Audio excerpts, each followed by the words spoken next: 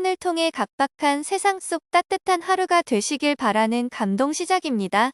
구독과 좋아요는 영상 제작에 큰 힘이 됩니다. 영상 수익은 불우이웃에 기부되니 끝까지 시청 부탁드립니다. 영국의 한 공항 난 안 간다고 소리치는 젊은 여성이 있습니다. 이 여성은 저항해 보려 하다가 무서운 표정에 꼼짝도 않는 부모님의 얼굴을 보더니 마지못해 비행에 오르는데요. 그녀의 출국 게이트에 한국행이라고 써 있습니다.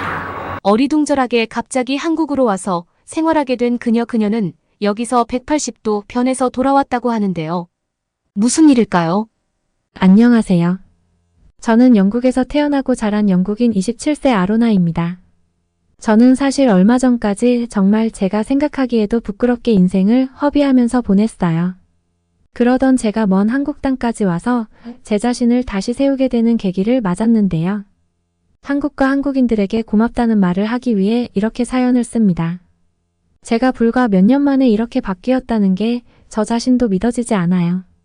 사실 저는 크게 부족함 없이 자랐습니다. 사업을 하시는 아버지와 어머니 덕에 풍족하게 살아왔죠. 사업이 다 그렇듯이 오르락 내리락 하긴 했지만 제가 딱히 돈 걱정을 하며 살아본 적은 없었던 것 같습니다.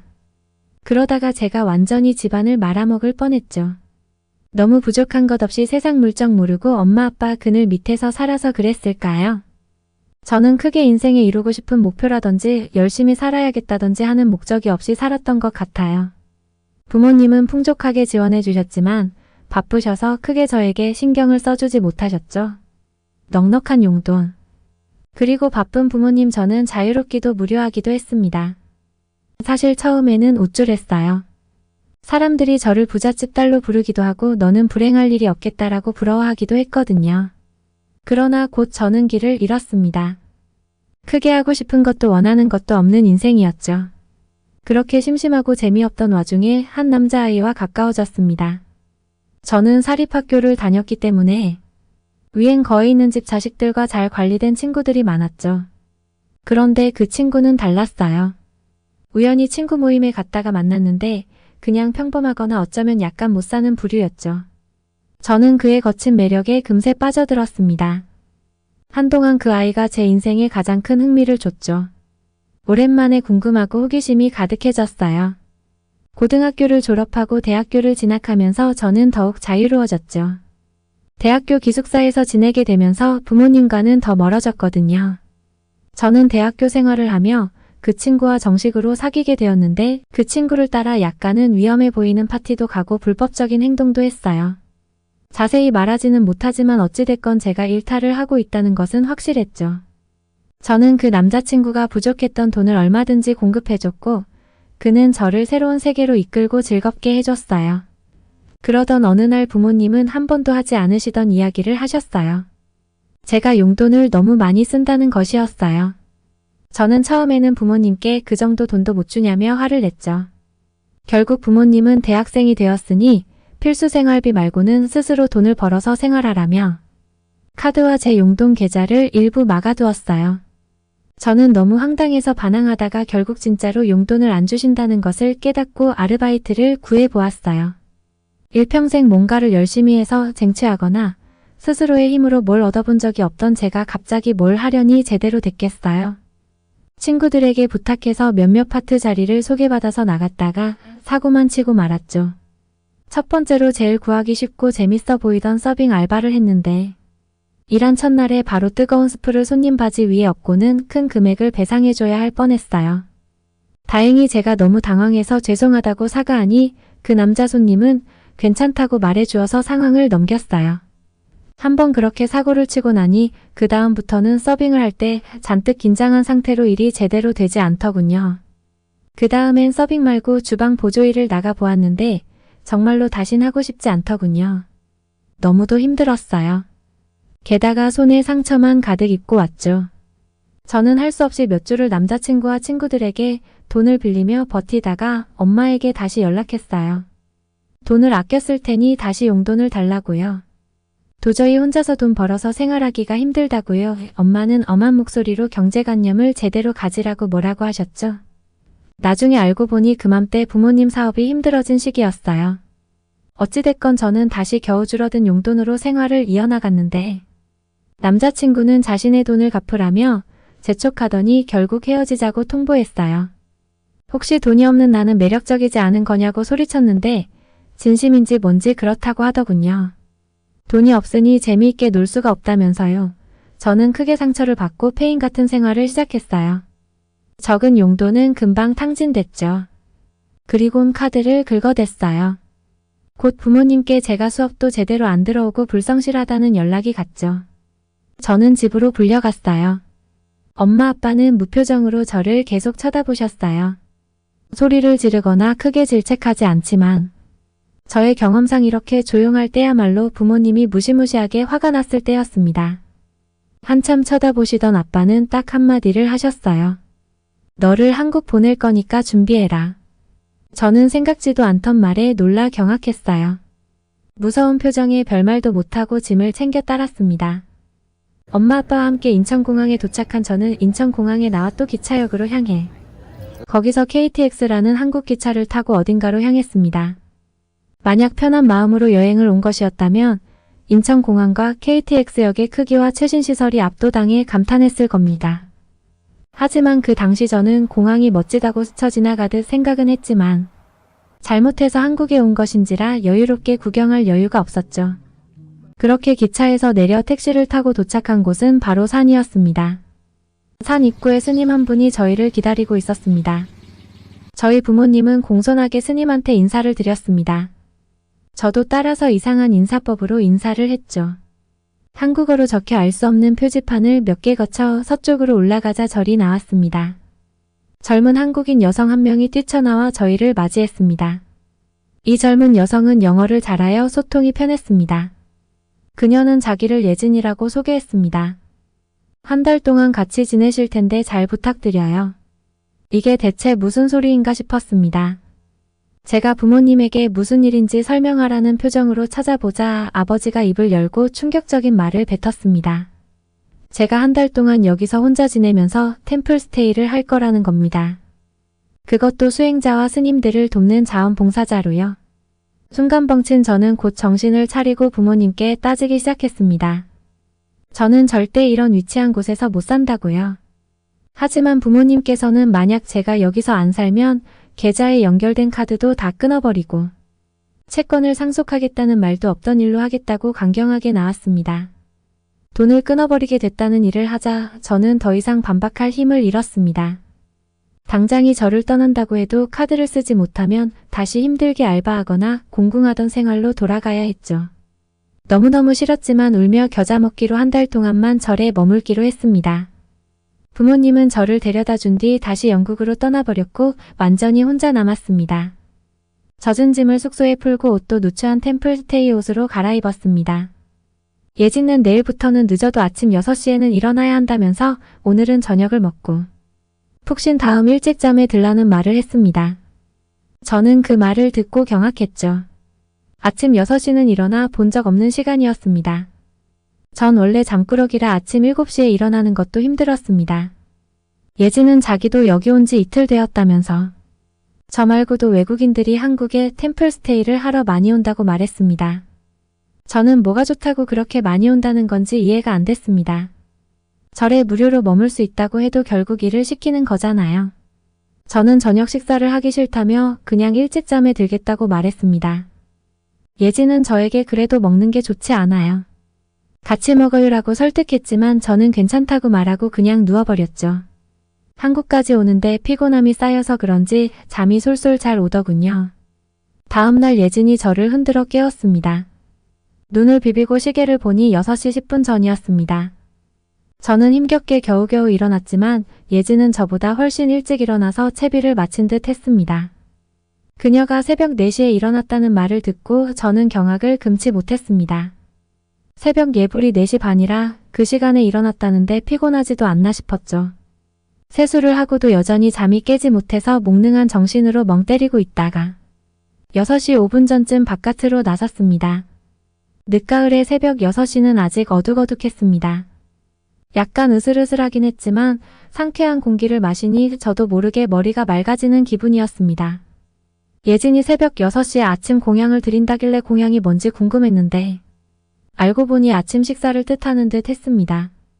공양관이라는 곳에 들어가 보니 식당처럼 되어 있더라고요. 뷔페식으로 되어 있지만 가짓수는 그리 많아 보이지 않았습니다. 식판을 들고 음식을 고르던 저는 순간 눈을 의심했습니다. 눈을 비비고 다시 음식을 봤지만 이건 거짓말이 아니라 현실이었어요. 그리고 저도 모르게 큰 소리를 내버렸죠. 한국 음식은 다 이런 거야.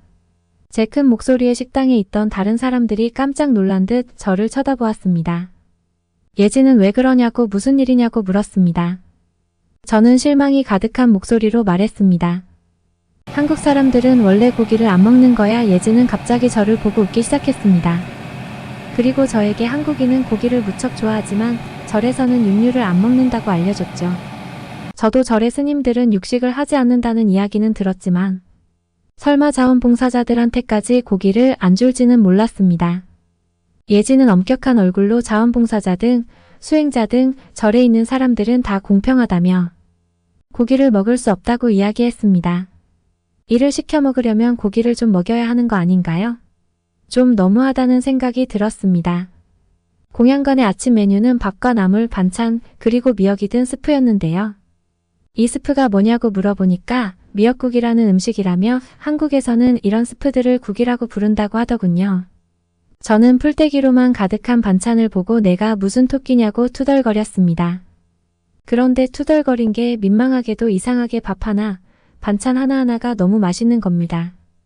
원래 저는 아침을 입맛 없다고 안 먹는 성격이었는데 어제 저녁을 안 먹어서 그런 건지 아니면 상쾌한 공기를 맡으면서 걸었기 때문인지 식욕이 돌더군요. 옆에 있던 예진이 미역국에 밥을 말아먹는 모습을 본 저는 예진을 따라해서 똑같이 해봤는데요. 밥이랑 미역국을 함께 먹으니 더 밥이 술술 잘 넘어가면서 속이 뜨끈뜨끈한 게 아주 좋았습니다. 예진은 한국 사람들은 이렇게 국에 밥을 말아먹는 걸 좋아한다면서 나중에 절에 나가면 국밥도 한번 먹어보라고 했습니다. 저는 식판을 싹싹 비웠고 옆에 있던 예진은 입맛에 잘 맞는다니 기쁘다고 말했습니다. 저는 밥 먹기 전에 맛 없을 것 같다고 온갖 투정을 부려놓고 싹 다 비워 뭔가 창피했습니다. 아침 식사를 한 뒤 다시 숙소로 돌아가 휴식 시간을 가진 뒤 8시가 좀 안 됐을 때 본격적으로 일을 시작했습니다. 저희는 다른 자원봉사자들과 전날 세탁해서 마른 이불과 옷을 접어 정리했습니다. 그리고 10시가 좀 넘어서 체험 프로그램이 시작되자 저희도 같이 참여했습니다. 그날 프로그램 내용은 연꽃 만들기였습니다. 체험 프로그램을 끝낸 후 공연 전에 절 근처 산을 잠깐 걸었습니다. 대단한 일을 한 것도 아닌데 절에서 시킨 잡무를 하고 체험 프로그램까지 하니까 은근히 피곤하더라고요. 하지만 곧 점심시간이라 낮잠 자기도 애매해서 저는 산책을 하며 잠을 깨웠습니다. 이미 늦가을이라 단풍이 지고 벌거벗은 나무들이 아쉬웠지만 새소리와 함께 평화롭고 고요한 한국산의 경치를 보고 있자니 저도 모르게 마음이 편안해졌습니다. 한국산은 참 매력적이었습니다. 영국은 날씨가 우중충하다 보니 산을 올라가도 풍경이 그리 예쁘지 않거든요. 그런데 한국은 어찌나 하늘이 맑고 푸르던지 여기서 같이 산책하던 예진이 하는 말이 한국은 국토의 70%가 이런 산들이라 버스를 타고 조금만 이동해도 산이 있고 시골은 더욱이 뒷산이 흔하다고 했습니다. 영국에는 집 가까운 곳에 산이 별로 없어서 등산하려면 정말 큰 맘 먹고 멀리 가야 하는데 부럽더군요. 산책이 끝나고 점심시간이 되자 예진과 저는 점심 공양을 위해 공양관으로 향했습니다. 예진은 맛있게 먹는 방법을 알려주겠다면서 반찬을 전부 다 밥에 부었는데요. 이렇게 비벼 먹어서 비빔밥을 해 먹으면 맛있다고 추천했습니다. 처음에는 반찬을 모두 부어서 섞어 먹는다는 게 거부감이 들어 거절했는데 옆에 예진이 너무 맛있게 먹는 모습을 보니 저도 모르게 침이 꼴깍 넘어갔습니다. 에라 모르겠다 싶어 반찬을 모두 부어서 비빔밥을 해 먹었는데요. 반찬들 중 양념이 되어 있는 재료가 있어서 같이 비비니까 특별히 소스를 넣지 않아도 감칠맛이 나더군요. 생각보다 맛있었어요. 점심 공양이 끝나고 난 뒤 저희는 투숙객들이 머문 숙소와 법당을 깨끗이 청소했습니다. 열심히 썰고 닦고 청소하니 어느새 저녁 공연 시간이 되었습니다. 저는 아까처럼 비빔밥을 만들려고 했는데 음식을 해주시는 공양관 아주머니 한 분께서 저에게 다가와서 소주통 하나를 내미셨습니다. 저는 대체 이게 뭐지 싶었어요. 예지는 참기름이라고 뿌려 먹으면 맛있다고 말해줬습니다. 파스타에 올리브유를 뿌리는 것도 아니고 밥에 기름을 뿌려 먹는다는 게 신기했지만 참기름을 뿌려서 먹으니 훨씬 맛있더라고요. 고소한 냄새가 너무 좋았습니다. 저녁이 끝난 후 저도 처음으로 예불을 드리게 되었는데요. 이렇게 예불을 드릴 때는 타종을 먼저 친다고 하는데 아침에는 28번, 저녁에는 33번을 친다고 합니다. 저도 다른 수행자들과 돌아가며 타종을 쳤는데요. 종을 치는 순간 거대한 진동이 느껴지면서 산 전체에 크고 웅장한 소리가 울려 퍼지는데 그때 감동은 오로지 직접 타종을 쳐본 사람만이 느낄 수 있을 거예요. 예불이 끝나고 저는 절의 스님과 함께 차담을 나눴는데요. 저는 주지 스님께 왜 우리 아빠가 저를 이곳으로 보냈는지 모르겠다고 말했습니다. 조수님은 그저 빙그레 웃으시며 시간이 지나면 자연스럽게 그 뜻을 알게 될 거라는 아리송한 소리만 했습니다. 저는 그 뒤에도 절에서 자원봉사를 하며 바쁘게 하루를 보냈습니다. 내일 아침 일찍 일어나 절의 일을 열심히 돕다가도 자투리 시간이 지나면 절 근처를 걷곤 했습니다. 처음에는 웬 시골에서 살아야 한다는 생각에 짜증이 나서 절을 자세히 살펴보지 않았는데 한국절에는 열어볼 것이 많았습니다. 자애로운 미소를 띤 불상들은 물론이고 세월의 흔적이 묻은 비석들과 석탑들 등등 절 안에도 볼거리가 참 많더라고요. 돌길을 걸으면 작은 폭포수도 있었는데 그 시원하고 깨끗한 폭포수를 보면 일 때문에 쌓인 피로감도 바로 날아가 버렸죠. 그렇게 보름쯤 생활하자 정말 신기한 일이 일어났습니다. 오히려 놀고 먹을 때보다 몸이 더 건강해지고 피부도 좋아졌어요. 숙소 화장실에서 세안을 하고 거울을 보는데 저는 깜짝 놀랐습니다. 제 피부가 평소와 달리 너무 깨끗한 겁니다. 영국에서는 피부과를 아무리 다녀도 나아지는 게 없었고 트러블을 가리려고 화장을 항상 진하게 하고 다녔습니다. 화장품을 두껍게 바르고 다니니 갈수록 더 제 피부 상태는 나빠졌죠. 그런데 한국에서는 매일 규칙적으로 몸을 움직이고 몸에 좋은 한국 음식들을 먹고 매일 절 근처를 산책하며 운동을 하고 바깥 공기를 쐬다 보니 피부 트러블들이 싹 없어졌습니다. 저는 너무 기분이 좋더라고요. 고즈넉한 분위기의 절에서 조용하지만 행복한 시간이 흘러 어느새 한 달이 되었습니다. 저희 부모님은 저를 데리러 오셨죠? 올 때는 그렇게 여기에 있기 싫다고 난리를 피웠는데 막상 떠나려니 아쉬웠습니다. 일상으로 돌아온 저는 어머니에게 부모님 사업체를 배우겠다고 말했습니다. 부모님은 무척 놀랐습니다. 부모님이 해보라고 할 때는 죽어도 안 하겠다고 했거든요. 이상하게 한국에서 템플스테이를 갔다 오고 나니 차분하게 생각을 정리하면서 그냥 무료하게 보내는 것보다 뭔가 해보고 싶은 마음들이 생겼습니다. 절에서 염주 만들기를 할 때 특히 많은 생각 정리가 되었습니다. 저는 부모님에게 왜 저를 한국에 보내셨는지 알 것 같다고 말했습니다. 템플스테이 후 제 생활은 완전히 달라졌습니다. 아침 일찍 일어나 규칙적인 생활을 했고 군것질을 좋아하던 습관을 고쳤으며 참을성과 인내심도 강해졌습니다. 부모님도 저의 변화를 흐뭇해하셨습니다. 부모님이 저를 템플스테이로 보냈던 이유는 사실 한 기사 때문이었다고 했습니다. 평범한 힘든 일들을 겪지 못함 저를 걱정한 부모님께서는 제가 스트레스나 실패에 쉽게 좌절하는 게 걱정되었다고 하셨습니다. 그러던 중 부모님은 한국의 템플스테이가 스트레스를 견디는 능력을 길러준다는 기사를 보게 되었습니다. 시간이 꽤 흐른 후에도 높게 유지된다는 연구 결과를 보고 부모님은 저에게 한국으로 휴가를 가 템플스테이를 하라고 권유할 생각이었죠. 그런데 알고 보니 제가 그맘때 엉망으로 살고 있었고 아예 한 달이란 기간 동안 절에 있으라고 보내버린 것이었죠. 현재 저는 어머니를 도우면서 케이터링 아티스트로 활동 중에 있습니다. 알바를 하루 만에 관두던 제가 현재는 3년이 넘도록 일하고 있다면 믿겨지시나요? 저의 인생을 바꿔준 한국 정말 감사드립니다. 오후에 한국 간다 한국에 가는 게 왜 좋아? 난 오래전부터 한국 가보고 싶었어. 너무 궁금했거든. 한국이 왜 궁금해? 중국하고 일본 사이에 있는 작은 나라지 거기 뭐 볼 게 있나? 차라리 깔끔한 일본이나 대륙의 문화를 볼 수 있는 중국으로 가지. 거기 북한이 한국이지. 너무 위험한데. 기대하고 가지 마. 실망할 거야. 출장은 제가 가게 되어 제가 좋다고 하는데 다들 한마디씩 하네요. 직장 생활을 하다 보면 해외 출장을 가게 되는 경우가 있죠. 모두가 한 번쯤은 가보고 싶지만 누구나 갈 수 없는 기회이기에 더 가고 싶은 것 같습니다. 전 파리에 있는 인공지능 로봇을 개발하는 회사에 다니는 브루셀입니다. 저희 회사가 이번에 한국으로 기술 협약을 맺게 되었습니다. 단순히 기술 협약에서 그치는 것이 아니라 한국에 지점을 열게 되어 최소 6개월은 근무를 해야 하는 상황입니다. 하지만 초창기 회사를 운영해야 하고 낯선 이국 땅에서의 생활을 해야 하기 때문에 선뜻 지원하는 사람이 없었는데요. 아마 일본이나 중국 등 잘 알려진 아시아 국가라면 또 달랐을 수 있죠. 하지만 한국 지사 발령이라고 알려질 때 다른 사람들과 달리 전 너무 신나고 설렜습니다. 제가 살고 있는 파리는 자유와 문화의 도시로 불릴 만큼 다양한 문화를 느낄 수 있는데요. 사실 전 오래전부터 한국에 가고 싶었거든요. 바로 한국 문화가 궁금했기 때문입니다. 몇 년 전부터 드라마가 유행한 건 다들 알고 계실 거예요. 프랑스도 마찬가지로 K-팝 열풍이 불었답니다. 저는 K-팝을 좋아하는 친구를 따라서 뮤직뱅크 방송을 보고 드라마를 함께 보며 한국에 대해 관심이 생기기 시작했습니다.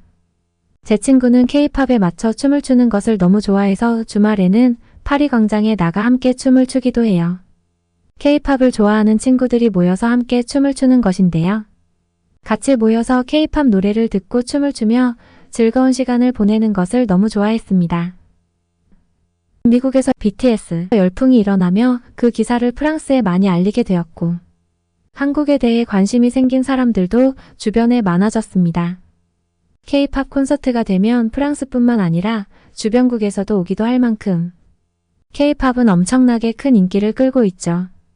음악은 그 나라의 문화를 담고 있다고 생각하는데 이런 노래와 춤을 만들어내는 나라라니 언젠가 한국에 꼭 가보고 싶다고 생각하고 있었는데 이렇게 회사 일로 좋은 기회가 생긴 거죠.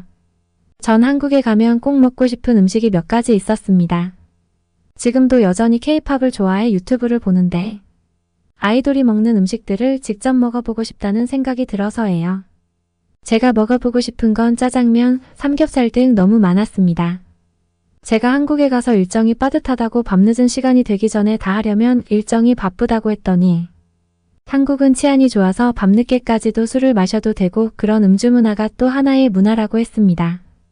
그렇게 한국에서의 시간을 기대하며 지냈고 드디어 한국에 도착했습니다. 같이 가게 된 루나와 전 한국에 도착하자마자 눈이 휘둥그레졌습니다. 한국의 공항은 무척 인상 깊었습니다. 수화물 나오는 속도와 입국 속도가 빠른 것은 익히 들어 알고 있었는데요. 막상 제가 체험해보니 정말 달랐습니다. 예전에 일본을 여행할 때 입국에만 2시간이 소요되었었는데 30분도 채 되지 않는 입국 심사 시간에 놀랐습니다. 장시간 지낼 거라 짐이 꽤 무거웠는데요. 그때 발견한 게 바로 공항에서 짐을 옮겨주는 에어포터 로봇이었습니다. 무거운 짐을 원하는 위치까지 옮겨주는 스마트한 로봇이었습니다.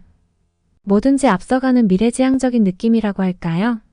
앞으로의 한국 여행이 더 기대되는 순간이었습니다.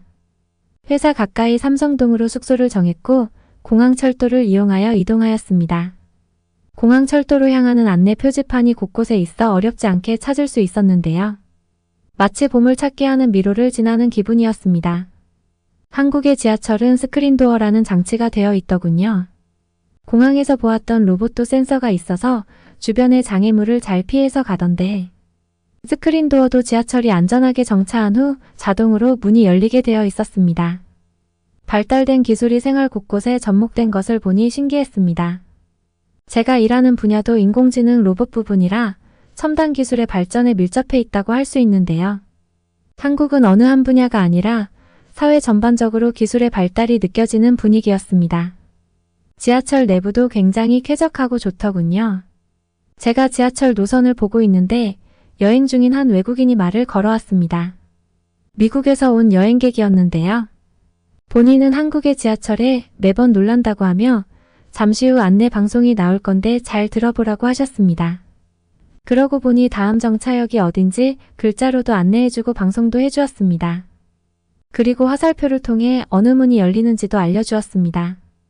저처럼 처음 한국을 여행하거나 한국인 중에서도 초행길인 사람들에게는 정말 유용할 것 같았습니다. 그러면서 본인은 한국을 너무 좋아해서 한국으로 여행을 1년에 한 번씩은 오고 있다며 한국하면 사람들이 불고기, 김치를 많이 이야기하는데 감자탕을 꼭 먹어보라고 하더군요. 전 이름도 생소한 감자탕이 웬 말이지 하고 흘러들었습니다. 어느덧 숙소에 도착해서 짐을 풀고 바로 강남역으로 향했습니다. 한국은 치안이 잘 되어 있는 편이라 일이 끝난 밤에 술을 마시는데 하나의 문화로 자리 잡아 독특한 음주 문화가 있다고 들었는데요. 특히 금요일은 불금이라고 불리며 다음날 출근 걱정이 없어 늦게까지 마음 편히 술을 마신다고 하네요. 택시를 타고 이동하려고 했는데 택시가 잘 안 보이더군요. 호텔에서 먼 거리는 아니라 버스를 타려고 버스 정류장으로 향했습니다. 버스 정류장에서 보니 우리가 타려는 버스가 5분 후 도착한다고 하더군요. 겨울에 버스를 기다려본 사람이라면 누구나 공감하실 거예요. 기다리는 5분이 1시간 같이 길게 느껴진다는 것을요. 잠시라도 앉아서 기다릴까 하고 의자에 앉았다가 깜짝 놀라고 말았습니다. 아니 이게 무슨 일이죠? 늦은 저녁이 되어 쌀쌀한 겨울 날씨에 몸이 콩콩 얼어 있었는데 버스 정류장에 의자에 앉아 몸이 녹는 것 같았습니다. 따뜻한 버스 정류장 의자라니 제가 너무 놀라니 곁에 있던 한 대학생이 온돌을 자라고 이야기해 주더군요. 추운 겨울 버스를 이용하는 사람들을 위해 설치했다고 하는데요. 겉으로 보기에 여느 의자와 다를 바 없었습니다. 저는 무슨 원리인지 궁금해 여기저기 살피기 시작했습니다. 뒤쪽에는 전기를 이용하는지 전선이 연결되어 있고 살펴보니 온도계도 있었는데요. 호기심 많은 엠마 간자 온도가 올라가는 게 보였습니다. 한번 앉으니 이런 천국이 없었습니다. 엉덩이만 따뜻해지는 게 아니라 온몸이 온기로 충전되는 것 같았습니다. 나중에 궁금해서 유튜브에 검색해보니 탄소 나노 소재를 사용해서 골고루 따뜻해지고 강화 유리로 되어 있어 안정성도 높더군요. 시민들을 위한 온돌이 자라니 기발한 아이디어와 배려의 문화가 느껴졌습니다. 한국 사람들은 불금에 삼겹살과 소주를 먹는다는 유튜브 방송을 보고 정말 먹어보고 싶었거든요. 삼겹살집에 도착하자 이미 테이블마다 3, 4, 5 모여 술잔을 기울이는 사람들이 보였습니다. 고소한 고기 냄새와 정겨운 이야기 소리의 분위기가 너무 좋았습니다. 사장님 여기 삼겹살이요. 삼겹살이라는 발음이 너무 어려웠지만 직접 주문해보고 싶었는데요. 잠시 후 나온 불판과 두툼한 고기는 시간을 뺏기에 충분했습니다. 입안은 베이컨이 두꺼워진 것 같다며 신기하게 보았습니다. 본격적으로 불판 위에 삼겹살을 올려 굽기 시작했는데요. 고기가 익어가는 비주얼과 고기 냄새에 점점 흥분되었습니다. 노릇노릇 익은 삼겹살을 그냥 먹자 직원분이 오셔서 소스 찍어 먹는 거라고 알려주셨습니다. 그냥 먹어도 맛있는데 다양한 소스라니 매우 신기했습니다. 쌈장, 소금, 참기름, 생와사비, 매운 소스 등 이렇게 다양한 소스가 있다는 것도 놀랐고 어느 소스에 찍어 먹어도 맛있다는 게 더 놀라웠습니다. 왜 유튜브에서 많은 외국인이 삼겹살 먹방을 선보이는지 알겠더군요. 쌈장과 삼겹살의 조화는 정말 최고였습니다. 쌈이라는 것도 먹어봤는데요. 야채와 고기의 밸런스가 어찌나 적절하게 어울리던지 정말 건강하게 맛있었습니다. 루나는 이 베이컨은 우주 최고라며 한국인들은 어떻게 하면 더 맛있게 먹을지 연구하는 연구자 같다며 박수를 쳤죠. 삼겹살집 사장님은 예전에 원래는 세겹살이라고 불렀다며 1931년에 조선요리 제법에서 삼겹살로 불렀다며 삼겹살에 대한 유래도 알려주셨습니다. 식탁마다 있는 화요라니 직화구이를 이렇게 식당에서 맛보는 게 정말 신기했습니다. 삼겹살과 같이 먹는 소주는 정말 먹어본 사람만 아는 그 맛이더군요. 위스키나 보드카보다 맛이 강하지 않아서 더 좋더라고요. 저희가 너무 즐겁게 먹고 있어서인지 옆자리에 있던 대학생들이 한국에 온 걸 환영한다며 술 한 잔을 건넸습니다. 소맥이라고 이야기하며 건네주는 술에 한번 먹어보았는데요. 분명 소주를 넣었다고 했는데 소주처럼 강렬하지는 않았지만 시원하고 맛있었습니다. 이건 또 무슨 신세계인가요? 옆에 있던 여자친구는 스프라이트를 넣은 거라며 스프라이트와 소주를 섞은 걸 권하더군요. 단맛이 더해진 소주도 먹기에 좋았습니다. 소주는 가격도 착하고 다른 것과 섞어 먹기도 좋고 기분 좋게 취하게 해주는 마법의 술 같았습니다. 그렇게 저희는 늦은 시간까지 소주와 삼겹살을 즐겼고 그날 저는 신세계를 맛보았습니다. 기름진 삼겹살을 먹고 난 후 깔끔한 소주로 입가심을 해주니 저는 평소에도 잘 먹던 술을 더욱 많이 먹게 되었고 이렇게 삼겹살과 소주로 즐거운 시간을 보내고 숙소로 돌아왔습니다. 다음날 아침 한국의 해장 음식이 궁금해졌습니다. 호텔 직원분에게 묻자 친절하게 이야기해 주시더군요. 각자 해장하는 방법은 많이 다르고 무엇을 먹느냐도 천차만별입니다. 아이스 아메리카노를 마시는 사람과 햄버거와 피자 같은 느끼한 음식을 먹는 사람, 콜라에 얼음을 넣어 먹는 사람 등 다양한 방법을 쓰지만 한국인들의 가장 근본이라고 부를 수 있는 방법은 바로 국밥을 먹는 겁니다. 본인도 해장국을 좋아한다며 호텔 근처 해장국집을 알려주었습니다. 기대감에 도착한 해장국집에서 메뉴를 살펴보았습니다. 뼈해장국, 콩나물 해장국, 황태해장국, 해장국도 한 가지가 아니었습니다. 사장님에게 추천 메뉴를 묻자 해장으로 가장 인기가 많은 것은 바로 콩나물 국밥이라고 했습니다. 여기에 말린 생선을 넣어 끓인 황태국 등을 선호하는 사람도 많고 뼈해장국을 선호하는 사람은 고기 좋아하는 사람이라고 설명해 주시더군요. 저는 콩나물 해장국을 웬만한 뼈해장국을 선택했습니다. 기다리던 해장국이 나오고 재료가 단순해 보여 별 기대 없이 한 숟가락 떴는데 와, 이게 한국의 클래스인가요? 맑은 국물은 속이 풀리고 뭔가 시원한 느낌이 들었습니다. 프랑스에서 절대 먹어본 적 없던 맛이었습니다. 술 마신 다음 날은 입맛이 없기 마련인데 국밥의 바닥이 보일 만큼 다 먹었습니다. 뼈해장국은 비주얼부터가 너무 충격이었습니다. 돼지 등뼈를 왜 저렇게 그리고 건초 같은 시래기는 또 무엇인지 그런데 한 입 먹고 나서 알겠더군요. 부드럽게 잘 익혀진 등뼈에서 살코기를 떼어내는 것도 재미있고 무엇보다 시래기랑 같이 먹으니 정말 맛있었습니다. 제가 너무 신기하게 보고 있으니 루나가 사장님께 여쭤보더군요. 사장님이 웃으시며 시래기라고 이야기해 주셨고 저희는 처음에는 쓰레기로 들었습니다. 세상에나 쓰레기를 먹는다니 한국도 이제 선진국이라고 했는데 쓰레기를 먹는다니요? 저희가 너무 놀라니 사장님이 손사리를 치시며 시래기하고 큰 소리로 또박또박 이야기하셨어요. 저희가 너무 이해를 못하자 답답해하셨는지 주방으로 달려가시더라고요. 그러더니 물을 가져와서 여기 무청무청을 잘 말려서 이렇게 먹는 거예요. 겨울철에 예전에는 채소를 먹기 어려워서 가을에 이렇게 무청을 말려서 음식에 넣어서 먹어요 하고 친절하게 이야기해 주셨어요. 못 알아듣는 저희가 답답하셨는지 큰 소리로 이야기하셨지만 친절하셨습니다. 저희는 그제야 궁금증이 해소되었습니다. 무척 생소했는데 겨울철에 채소를 먹기 어려웠던 상황에서 생각해낸 묘안이라고 들으니 정말 감탄하지 않을 수 없었습니다. 돼지 등뼈를 먹는다는 것도 많고 많은 돼지 부위 중에 왜 등뼈를 먹나? 한국이 아직 가난한가 하는 생각이 들었는데 그게 아니었습니다. 뼈를 오랫동안 끓여서 그런지 국물이 아주 깊고 맛이 풍부했습니다.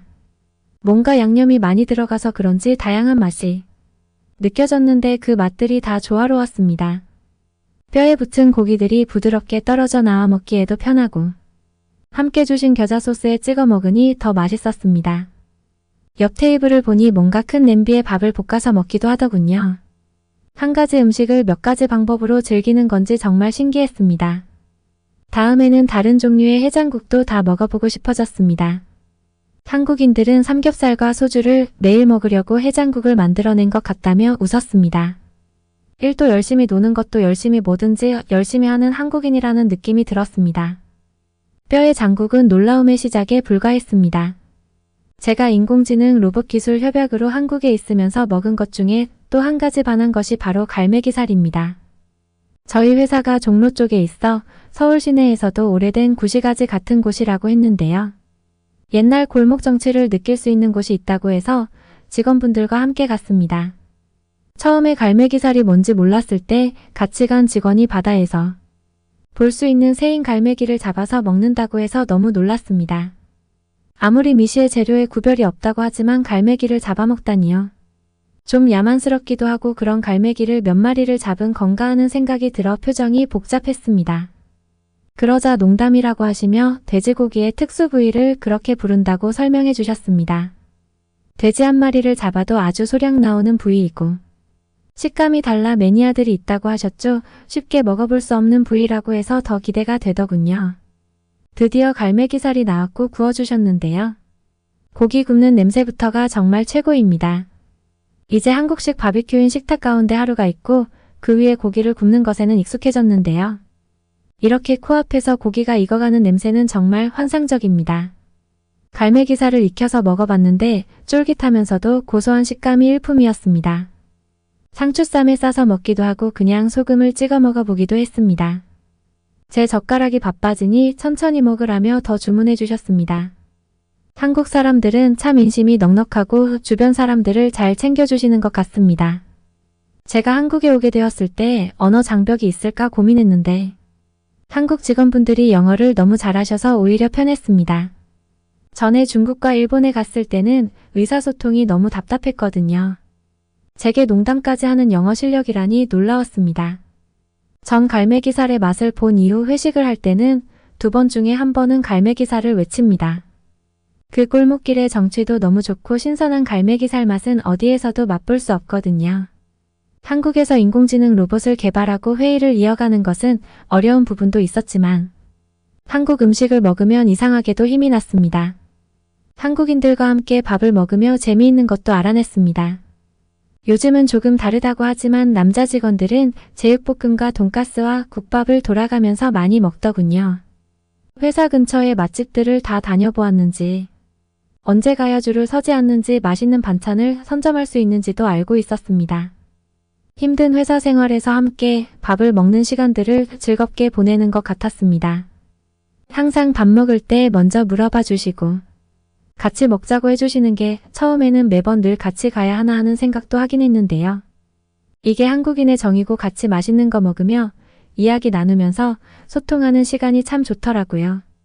왜 한국인들이 밥 먹자라는 말을 많이 하는지도 이해가 되었습니다. 한국에서의 일도 일이지만 한국 음식을 먹으며 나누었던 이야기들을 통해 한국인들의 따뜻한 마음과 정을 느낄 수 있었습니다.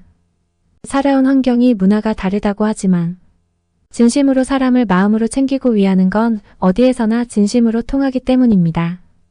다음에 다시 한국에 올 일이 있다면 저는 꼭 자원해서 오고 싶습니다. 일이 아니더라도 나중에 사랑하는 사람이 생기면 한국에 같이 오고 싶습니다.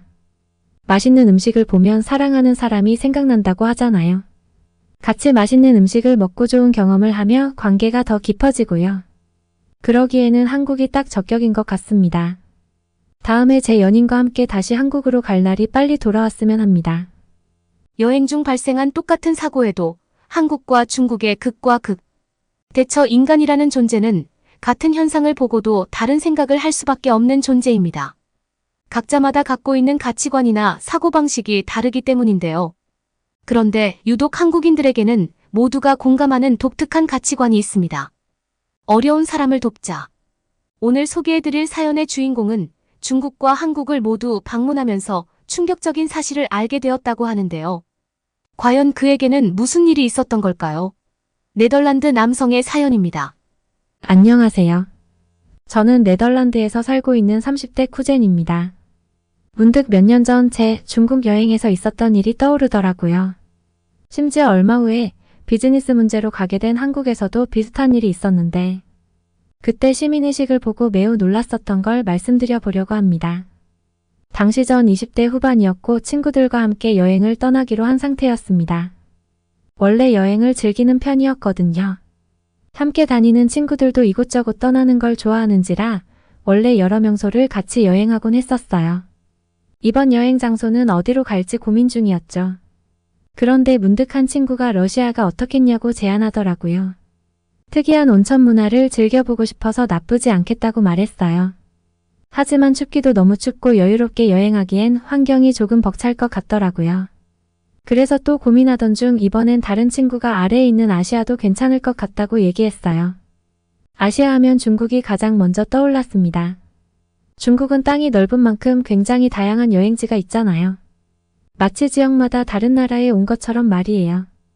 볼거리도 다양하다는 말이 자자하죠. 그렇게 우리는 부푼 마음을 안고 중국을 최종 여행지로 택했습니다. 우리는 중국에서 가장 큰 도시인 상하이로 여행을 갔습니다. 그곳은 매우 충격적이었어요. 상하이는 세계에서 가장 많은 컨테이너를 보유하고 있는 도시라고 하더라고요. 커다란 빌딩도 많이 있었는데 해운산업도 크게 발달한 듯 보였습니다. 처음 눈에 들어온 건 도시를 감싸고 있는 뿌연 안개였어요. 처음에는 제가 알고 있던 안개인 줄 알았습니다. 그런데 공장에서 나온 연기 때문에 발생한 스모그라고 하더라고요. 특히 셋째 날부터는 너무 심해진 스모그 때문에 눈 쉽게 발견할 수 있었어요. 웃음과 마스크를 사용하는 사람들이 많이 있었던 거였죠. 결국 저희는 남은 일정을 뒤로하고 즉흥적으로 다른 도시를 구경하기로 했어요. 너무 큰 도시만 아니면 스모그가 없을 거라고 생각했거든요. 그렇게 우리는 차를 빌려서 다른 도시로 향하던 중이었습니다. 그 순간이었어요. 갑작스럽게 옆 차선에서 웬 대형 차가 끼어들었어요. 우리는 부딪힐 뻔했고 운전대를 잡은 친구는 사고를 피하기 위해 이리저리 핸들을 꺾다가 그만 차가 전복되고야 말았습니다. 아마 경차를 빌린 게 문제가 된 듯 했죠. 해외에서 교통사고가 발생하니 모두 혼란스러운 상황이었습니다. 우리는 네덜란드에서도 무사고였거든요. 심지어 차가 전복까지 되니까 거의 죽는 줄 알았어요. 참고로 우리를 이렇게까지 만든 차는 정작 이미 멀리 가고 없는 상황이었습니다. 우리는 서로 다친 데가 없는지 살펴보았어요. 다행히 다들 다친 곳은 없는 듯 했죠. 운전하던 친구와 운전석 옆에 있던 친구가 많이 놀랐지만 말이에요. 그런데 일단 차가 엉망이 됐고 이 상황을 어떻게 해결해야 할지 다들 감이 잡히지 않았어요. 어디로 연락해야 하는지 아무도 몰랐습니다. 그래서 주위를 둘러보던 도중 동해에 작은 마을이 있었다는 사실을 알아냈어요. 정말 불행 중 다행이었죠. 그렇게 우리는 마을에 도움을 요청하기로 결정했습니다. 일단 차에서 짐을 다 빼놓고 가방이 엎어져서 완전 뒤죽박죽된 상황이었어요. 그것들을 다 정리하기엔 시간이 부족했죠. 근데 이 모습을 옆에서 보고 있던 마을에 한 아이들이 있었습니다. 전 용기 내서 그들에게 다가가 이 상황을 도와줄 수 있냐고 번역기를 사용해 말을 걸었어요. 그러자 아이들은 무심하게 고개를 끄덕였고 이내 제 핸드폰을 가져가 타자를 두드리더군요. 여기서 조금만 더 걸어가면 작은 파출소가 있어요. 우리가 지키고 있을 테니 다녀오세요. 우리는 아이들이 그렇게 선뜻 도와주는 모습이 너무 기특하고 고마웠어요. 한편으론 이렇게 어린아이들에게까지 도움을 받아야 하는 우리의 상황도 안쓰러웠지만 말이에요. 아무튼 그렇게 아이들에게 짐을 맡기고 우리는 무작정 도로를 걷기 시작했습니다. 그런데 아무리 지도를 찾아봐도 이 근처에 파출소가 보이지 않았어요. 게다가 도로를 걷는 거라서 옆에 차들이 지나다녀 위험했죠. 날이 어두워지면 다시 돌아가는 것도 불가능할 것 같았어요. 우리는 아이들이 너무 어려서 무언가 착각했다고 생각했죠. 시간이 20분 조금 넘게 흘렀고 이미 정신적으로도 신체적으로도 필요했던 우리는 결국 마을 어른들에게 다시 물어보기로 결정하고 걸어왔던 길을 다시 되돌아가고 있었습니다. 아이들이 거짓말을 했으리라고는 전혀 예상도 못한 채로 말이에요. 이때 선두로 가고 있던 한 친구가 소리를 지르며 얼른 뛰라고 하더군요. 그래서 왜냐고 물으니까 그는 이렇게 대답했어요. 저들이 우리 짐을 훔쳐가고 있다고 말이에요. 놀라서 다들 뛰어가는데 코너를 돌아서 차가 전복된 그 장소를 바라보니 정말 마을 사람들이 우르르 몰려나와서 우리 차에서 우리의 짐을 훔쳐가고 있었어요. 심지어 지나가던 자동차도 도로에 차를 세운 뒤 저희들의 자동차를 뒤지고 있었습니다. 믿기지가 않았죠. 심지어 아이들은 이 모습을 키득대며 사진을 찍고 있더라고요. 어른들은 큰 포대자루를 가져와 마치 시장에 온 것처럼 우리의 짐을 모조리 쓸어 담는 모습이었어요. 우리가 소리를 지르며 뭐하냐고 하자 그들은 눈도 꿈쩍 안 하더라고요. 그러곤 인내짐을 더 담은 뒤 급하게 뿔뿔이 흩어지기 시작했습니다. 차를 타고 왔던 사람들은 이미 차를 타고 떠나간 뒤였고 마을에서 왔던 사람들은 각자의 집으로 돌아가 문을 잠가버리고 말았죠. 문을 두들겨도 보고 부실 듯한 기세로 밀어붙였지만 결국 문은 열리지 않았죠. 다행히 길을 나설 때 중요한 것은 챙겨서 나갔기 때문에 여권이나 지갑 같은 것들은 우리에게 있었어요. 하지만 정말 그것만 남아있고 우리에게 남은 건 아무것도 없었죠. 차는 정말 새 것처럼 안이 싹 비어 있었습니다. 우린 텅텅 빈 도로에 앉아 허탈한 마음에 눈물을 흘렸어요. 즐거운 마음으로 여행을 왔는데 이런 상황이 벌어졌다는 게 어이가 없고 최악이었죠. 상하이에 이어서 충격적인 상황의 연속이었습니다. 우린 어떻게든 검색을 해서 교통경찰을 알게 되었어요. 그렇게 교통경찰에 연락했죠. 하지만 경찰들이 도착하고 나서도 달라진 건 없었어요. 차를 타고 도망갔는데 어떻게 잡을 수 있냐며 오히려 대묻더라고요. 심지어 마을 주민들도 훔쳐갔다고 이야기했지만 저희들의 이야기를 한 귀로 듣고 한 귀로 흘려버리기까지 했습니다. 우리는 도저히 이해가 가지 않았어요. 경찰이면 이 문제를 어떻게 해서든지 해결해줘야 하는 거 아닌가요? 하지만 경찰도 말이 통하질 않더군요. 결국 우리는 짐을 찾지 못한 채로 네덜란드로 돌아올 수밖에 없었습니다. 더 이상 여행을 할 수 있는 기분이 아니었거든요. 이 없었고요.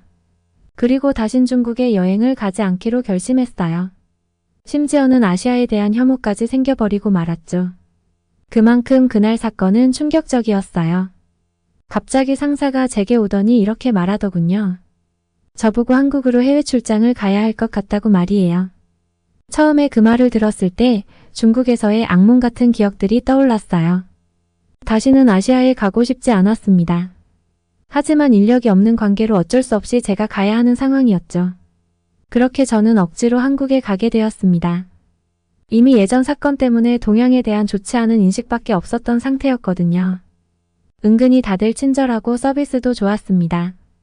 해외 출장이지만 경복궁이나 광화문 같은 유명한 곳에 잠깐 들렀는데 사람들이 사진 찍어달라는 부탁도 흔쾌히 들어주고 정말 열정적으로 찍어줬어요. 너무 열심히 찍어줘서 오히려 부담스러웠을 정도로 말이에요. 같은 아시아인데 중국과 한국이 많이 다른 것 같다는 생각이 들기 시작했죠. 그렇게 비즈니스와 여행을 적절히 즐기던 중에 갑자기 일에 차질이 생겨서 지방 출장까지 나서야 하는 상황이 됐습니다. 그리고 심지어 제가 운전대를 잡게 되었죠. 그날 이후 해외 운전이라면 트라우마가 생겨서 힘들었지만 저 말고는 해외 운전면허가 있는 사람이 없어서 제가 어쩔 수 없이 나서야 하는 상황이었습니다. 그런데 출발 후 2시간 정도 흘렀을 때였어요. 갑자기 쿵하고 큰 소리가 나서 그곳을 바라봤는데 고속도로에서 전복사고가 난 것이었어요. 갑자기 그날의 기억이 떠올라서 빨리 그 자리를 뜨고 싶었습니다. 하지만 저부터 우리 차량 뒤까지 완전히 마비가 돼서 도저히 움직일 수가 없었어요. 왜냐하면 전복된 트럭에서 사과가 우르르 떨어져 도로를 점령하고 말았거든요. 매우 큰 트럭이었는데 음주인지 졸음운전인지 혼자 왔다 갔다 하다가 가드레일을 받고 뒤집힌 것 같았어요. 사과가 가득 담긴 트럭이었는데 차가 뒤집히니까 사과가 도로에 쏟아지고 난리도 아니었죠. 그런데 트럭이 전복되자마자 한국인들이 운전석을 박차고 달려나오는 모습이었어요. 옛날에 우리 차에서 짐을 빼기 위해 달려나오던 그 중국인들의 모습과 겹쳐 보였죠. 그래서 결국 한국도 중국과 다를 게 없구나, 다들 저걸 가져가려고 하는구나 하고 실망했어요. 하지만 이후에 펼쳐진 상황은 전혀 제가 예상하지 못한 장면이었습니다. 중국과 다르게 그들은 운전석에서 사람을 먼저 구하는 모습이었어요. 남자들은 다 함께 힘을 합쳐서 운전자를 구해주고 여자들은 도로에 쏟아진 사과를 주워서 트럭 옆으로 한 곳에 모으는 모습이었죠. 다른 사람들은 찌꺼기 같은 쓰레기를 정리하면서 심지어 도로를 청소하는 모습까지 펼쳐졌습니다. 아주 일사불란하게 상황이 정리되는 모습을 보며 저와 함께 동승했던 사람들은 문화 충격이라며 입을 쩍 벌렸습니다. 저는 그 시민들이 마치 영웅 같다고 생각이 들었어요. 한편으로는 중국처럼 훔쳐가는 사람은 아무도 없고 왜 똑같은 아시아인데 다른 반응이 나오는지 이해할 수가 없었기도 했고요. 어찌됐든 한국과 중국은 전혀 다르고 아시아라고 똑같이 생각하면 안 되겠다는 걸 깨달은 좋은 경험이었어요. 당시는 인터넷이 크게 발달되지 않고 핸드폰으로 어떤 기록물을 남겨놓지도 못해서 아무도 이 사실을 말하면 믿지 않았어요. 하지만 한국을 한 번이라도 다녀온 사람들은 이렇게 한국의 시민의식이 뛰어나다는 사실을 모두 알고 있더라고요. 실제로 제가 경험한 한국도 아주 감동적이었습니다. 그날의 기억은 절대 잊지 못해요. 어떻게 보셨나요? 한국 여행을 통해 아시아에 대한 새로운 면모를 발견한 네덜란드 남성의 사연이었습니다. 한국에서는 위기 때마다 단합하는 시민들의 모습을 쉽게 접할 수 있는데요. 몇 년 전에는 고장난 버스가 도로 위를 점령하고 있던 일이 있었습니다. 무려 6차로 중에 3개 차선을 막으며 엔진이 멈췄는데요. 당연히 도로는 막혀버리고 심각한 교통정체가 벌어질 수밖에 없었죠. 일단 버스는 고장이 나면 견인이 쉽지 않습니다. 보통 버스 회사의 정비팀이 와서 길에서 수리를 하는 것이 일반적이죠. 어쩔 수 없이 도로 위에서 위험하게 차량 통제를 해야 했을지도 모릅니다. 하지만 그때 한국인들의 저력이 나오고야 말았는데요. 경찰이 차량 통제를 하기 위해 준비를 하려는 순간 갑자기 주변에서 시민들이 몰려오더니 고장난 버스를 힘껏 밀기 시작했습니다. 순식간에 버스를 미는 시민들의 수는 10여 명으로 늘어났는데요. 버스는 서서히 움직여 아무런 사고 없이 도로의 가장자리로 옮겨졌습니다. 시민과 경찰의 힘으로 교통 정체가 30초 만에 풀려버린 것이죠. 그리고 이외에도 생수통이 쏟아지자 시민들이 모여들어 10분 만에 깔끔하게 정리된 일도 있었죠. 이렇듯 누군가의 도움이 필요할 때 발벗고 나서주는 것이 한국인의 특성인데요. 외국인의 시선에서는 매우 감동적인 모습이었다고 하니 같은 한국인으로서 뿌듯해지는 이야기였습니다. 여러분은 어떻게 보셨나요? 응원과 격려의 한마디씩을 댓글로 남겨주시기 바랍니다. 사연자분께 전달해 드리겠습니다. 저희 감동시작은 실제 사연 제보를 받고 있습니다. 채택되신 분께는 선물도 드리고 있습니다. 저희의 사연이 여러분의 하루에 작은 힘이 될 수 있었으면 좋겠습니다. 감동적인 사연을 주변 사람들에게 공유하고 함께 이야기 나눠보세요. 끝까지 시청해주셔서 감사합니다. 더욱더 좋은 영상으로 찾아뵙겠습니다.